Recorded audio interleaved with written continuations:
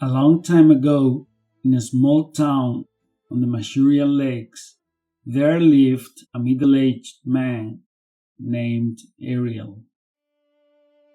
One day, he was accused by his neighbor David, after having spread the rumor throughout the town and the surrounding area that David had altered the weights of his scales and was deceiving everyone who came to his business. The next day, Ariel was reluctantly brought before the city rabbi. He was then asked to present his version of the events, to which he agreed.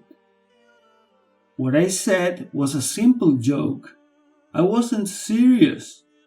My words were carried forth by others. I am not responsible for David's misfortune.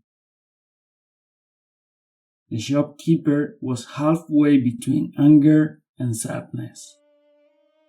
You have tarnished my name. The residents of the town don't come to my store anymore. I don't know what to do. I take it back right now, Ariel responded. So I assume that I am freed from all guilt. The rabbi, who was known for his kindness and witty interventions, listened attentively. And full of sadness, he said to himself while shaking his head, Ariel does not understand the extent of his behavior. It is likely that he will not hesitate to repeat such injustice on another occasion. Then he said to the accused, The slander to David will not be forgiven yet. Tomorrow, at this same time, you must bring a feather pillow to the market square. Ariel, although grumbling, accepted.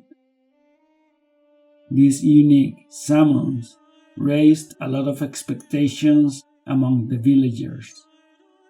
The next day, even people from the nearby towns came to the market square to learn about the resolution that the rabbi would apply.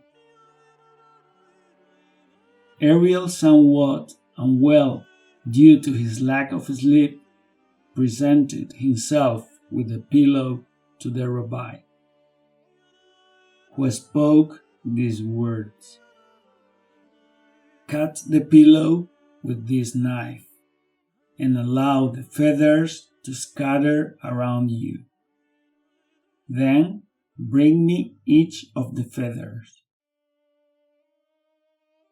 Ariel was perplexed, but he immediately thought that it was a feasible task, and without delay he began to apply the rabbi's instructions. And so, when the vast majority of the feathers were out, a powerful swirling gust of wind swept across the plaza, displacing the feathers for many meters around. These were falling on the crowd, the streets, the trees, on the awnings of the sales stands, and the merchandise. Ariel began to collect the feathers that he had at his feet, but quickly, remembering that unexpected and mysterious gust of wind, he realized that he would not be able to fulfill his task. So, head down, he approached the rabbi. I haven't been able to collect them all. They have been scattered all over the town, said Ariel, despondent. Just like your words about David,